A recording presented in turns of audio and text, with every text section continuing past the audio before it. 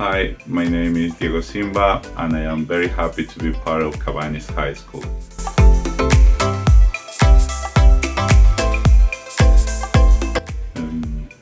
I'm going to present the opening moves for initial analysis of How Do I Love It, Let Me Count the Ways by Elizabeth Barrett Browning. For notice, something that caught my attention is the Asian words that contain the poem. In patterns, something that repeats is constantly is the word love in every part of the poem.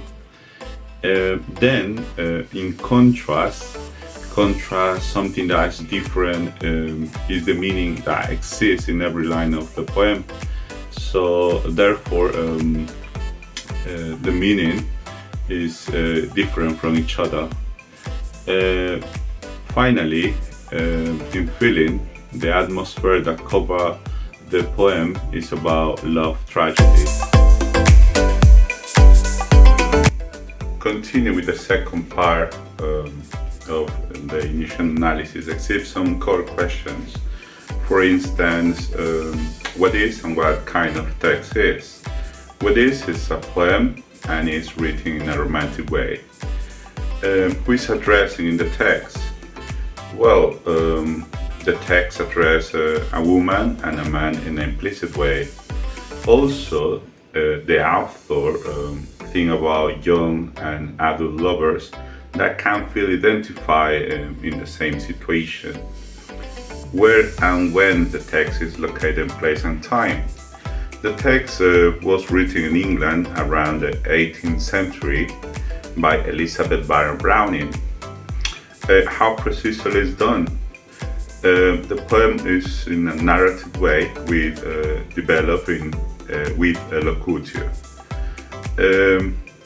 Why does it seems to be written and why do I respond as I do?